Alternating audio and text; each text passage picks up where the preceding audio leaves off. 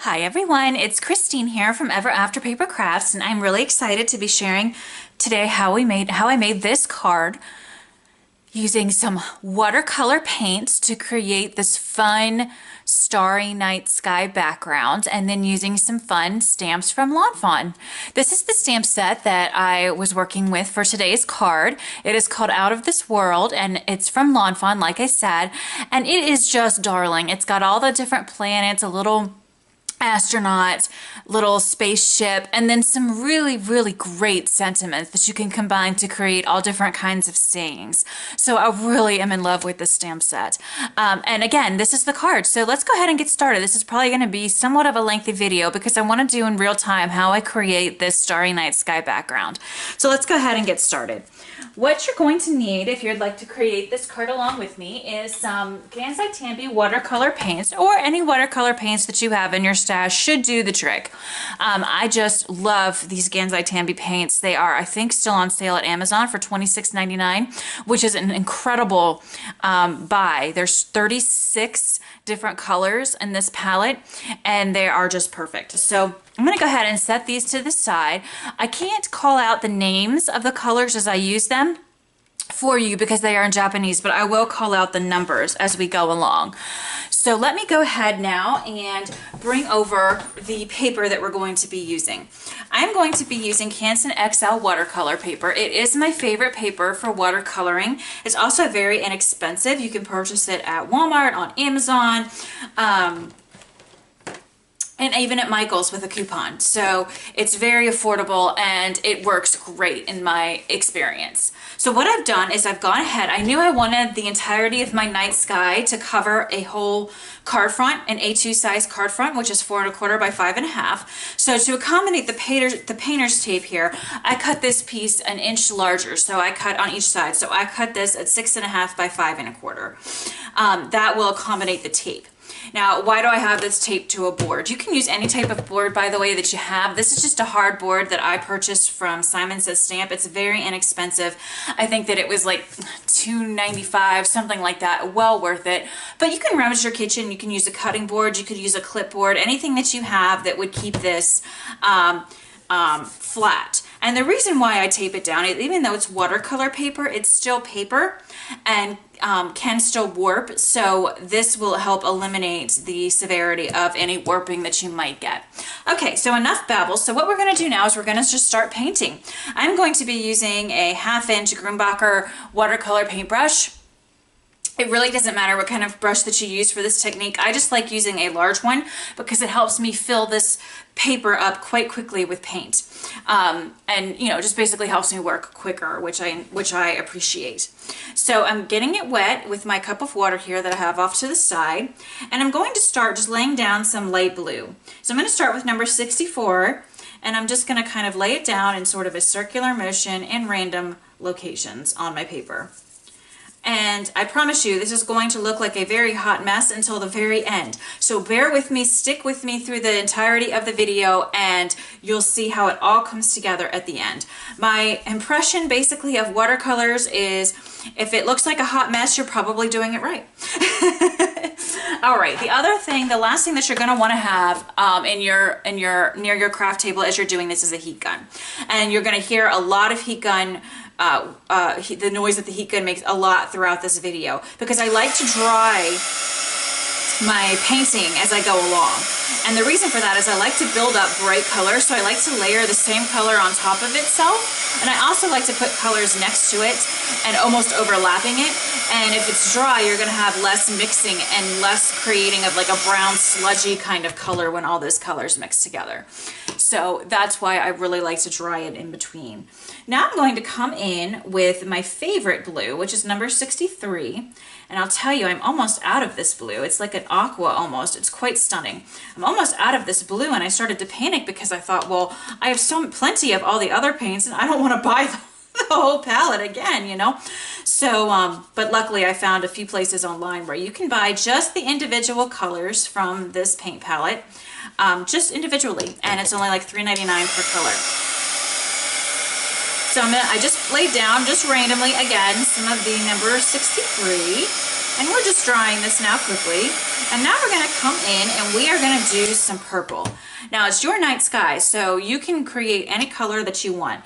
Sometimes you see streaks of green in a night sky or streaks of even yellow or red or pink. I'm sticking with blues and purples for this particular card, but use your imagination, do whatever you want to do. So as you can see, I'm just kind of putting this color, by the way, that was number 139 that I just put on there. I'm putting it in just sort of the gaps that I've left behind here, and the white spaces that I've left behind, I'm just adding some color. This one is a darker purple, this is number 38, and I'm just gonna stick it right there and come up just a little bit. I'm gonna dry this again. Lots and lots of drying, and I promise you it pays off to dry in between. It adds a little bit of time to your projects, but I promise you it pays off in the end because you won't get that awful mixing of colors, and you'll also be able to build up color. What I mean by build up color is what I'm going to demonstrate now. I'm going to go back. Now I kind of know where I've laid down all of these colors, and we're going to put more color of the same color on top. So I started with number 64, and we put that here and down here. So I'm going back and putting another layer of those colors on top. I'm going to clean my brush. I also put a little 64 actually up here too. So I'm going to do that, and now I'm going to clean my brush. I'm going to go to the 139 purple, which was right here. We're going to go on top of that. And then my favorite blue, which is number 63, we're going to go ahead and add some of that color back on top again, just another layer of the color. And then we're going to do also the number 63 down here where we've laid it here. And this layering of color will really make a big difference. And again, I know it adds to the time that it takes to create your project. It's definitely not mandatory to create a fun night sky. You don't have to do that. But it really, really, really has a great effect at the end. Finally, I'm going in with this dark purple, this number 38, and going back over this area as well. And now we're going to dry. But the layering of these colors, again, it's not mandatory. You can leave these steps out if you want to. You still have a lovely night sky at the end of the day. But I really like bright, vibrant colors in my projects most of the time. And sometimes I'm going for a lighter feel, and that's fine too. But most of the time, I really like bright, vibrant colors. So I really enjoy layering these colors on top of each other for that very reason. So now, okay, I think that's pretty good in terms of drying it. And I'm doing this quickly for the video. You'd want to make sure it's pretty dry when you're doing this on your own.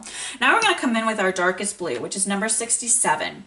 And we are going to come into these areas that are vacant first and kind of put this number 67 in these areas that are that have white space. That's what I'm trying to say. Blah, blah, blah. Can't find words today. I apologize. It's already been a long morning here. All right, so we're just filling in some of the white spaces. We're going to dry this really quick, and then we're going to kind of do something crazy. So, bear with me. It's still looking ridiculously awful. It's supposed to. Don't worry about that. It is supposed to look awful. Again, really, it's not until the end that it's all going to come together and look really great. So now we're going to go back into that darkest blue, which is number 67, and we're going to kind of layer it on top of some of these colors that we've already laid down, and just kind of like around the edges. I'm going in just a little bit. So here I am layering it along the bottom here, along the sides, and I'm really just putting the color down. There's no magic to what I'm doing with the paintbrush. Sometimes I just kind of go circular to spread the paint off. Sometimes I just brush it. It really doesn't matter how you lay the paint down. It really doesn't. And I'm going to put some up here as well, some of the dark. And I'm going to kind of go in between the colors, because as you can see, I have it sectioned. So I have like the number 64 here, here, and here. And then I've got the number 63 here and here. And then I've got the number 139 here, and then here's that dark purple, the number 38. So I'm just kind of, as it's sectioned off here, I'm going to go in with my darkest blue, which again is this number 67, and just kind of put it in between these sections of color. Hopefully that makes sense, and you can see what I mean as I go along here. So again, hopefully that makes sense. Now we're going to dry this, and this is going to take a little bit of more time to dry here because there's so much paint and so much water down.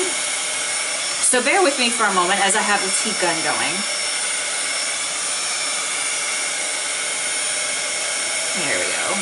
chasing some of these water droplets down. That's kind of fun, and it gives it that watercolor look when you have a little bit of the drips and drops that dry on your paper in that fashion. It's really kind of neat to have some droplets, you know, the dry looking like droplets. I really love that look in watercolors. All right, it's not completely dry, but for the purposes of the video, it's good enough. Again, you really want it to be pretty dry when you're doing this at home. Now you're gonna think it's crazy, but we're gonna go in with black, which in this palette is number 20. And we're gonna do the same thing kind of that we did with the blue, the dark blue. And we're gonna kind of go along. Don't completely cover the dark blue though. You kind of want that color still there. So you're just gonna make the black thinner, so it doesn't completely cover your dark blue. But you're gonna use the black, go along the edges, and go in between where you've laid color down. So in between those sections again, just like you did with the dark blue. But again, don't completely cover the dark blue up. And it looks ridiculously awful, right? Bear with me, bear with me, bear with me. Stick with me here. I promise you will have fun with this. This is so much fun. And one of the hardest things that I had to get used to in terms of watercoloring is I've been, you know, Copic coloring and Zig coloring, and you want it perfect in the lines, lovely blending, etc. Watercolor is sort of the complete opposite in a way. It's chaotic. And that's what you want. You have to learn to kind of let go of that control that you have and just let the paint flow. Now I'm going to go one more time, go back in with my original colors. So I'm going back in here with the number 64 where I had it. And you just kind of have to kind of remember your little map in your head where you had your original colors down. So you can go and brighten those colors one more time. So I'm still doing 64. I had it in 3 spots. And maybe if I don't say the numbers, it'll make more sense. I have it, you know, different shades of blue, basically is what we're going for. Coming in with number 63, which is more of like an aqua. And I'm going back over where I originally put that color down. And now we're going to go back in with our lighter purple, which is 139. We had that here. Just putting it on top. And same with our number 38, which is the darker purple. We had that kind of here. And then I'm going to dry.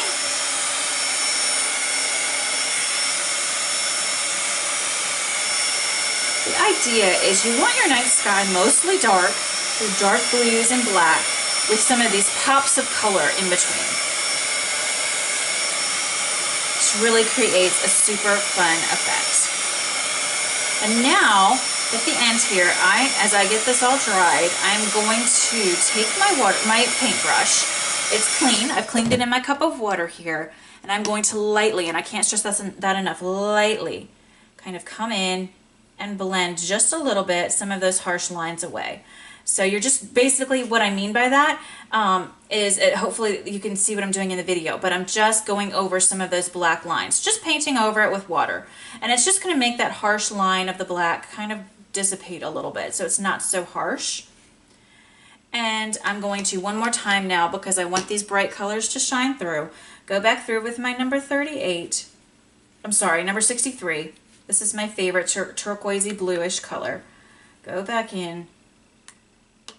And just one more time, mix these colors together. Here's the number 64, up here and up here and down here. And you want to go a little bit into the black in this last step and really kind of mix it all together.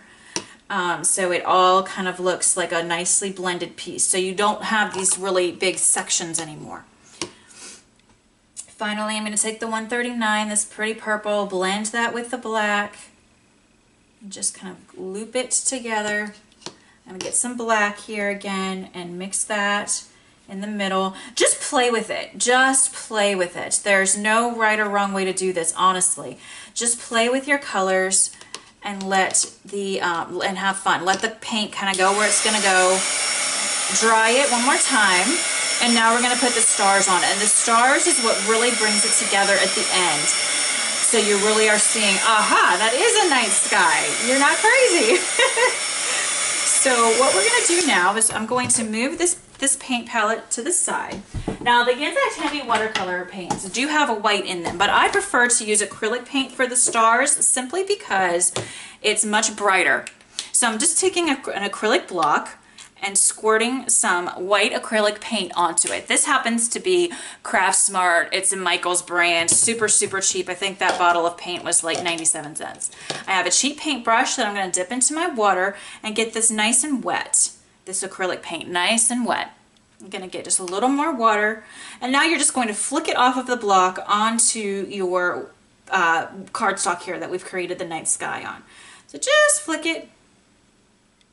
Now I hadn't dried mine completely, and you want to definitely do that, and now you're seeing why. Some of these stars are just kind of, some of this white paint where it's not completely dry is sort of globbing into the night sky and blending with it. And let me show you what I mean. Right here, it doesn't look so good. So you're just going to take a paper towel if you do that and just kind of mop it up just a little bit, and that will fix it. And I wanted to show you that because I just wanted to demonstrate kind of pictorially, if you will, why you want to wait till this is completely dry before you add your stars. So I'm not going to add any more stars right now because parts of that are still wet. So what we're going to do is now we're just going to move on and put the card together. So basically what you would do as the next step is just wait for what we created to dry. I went ahead and created another one off camera so you can see here, and they all kind of look different, don't they? It's pretty cool. Same idea, but they're all going to look different. So this is the one we just did. Here's one I did earlier today off camera. Here's the finished card. So they're all always going to look just a little bit different. It's really cool.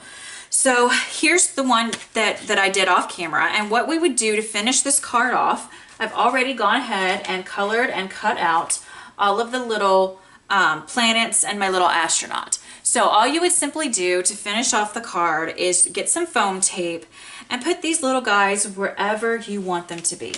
It's your card, so these planets, the astronaut, the rocket ship, they can be anywhere you want.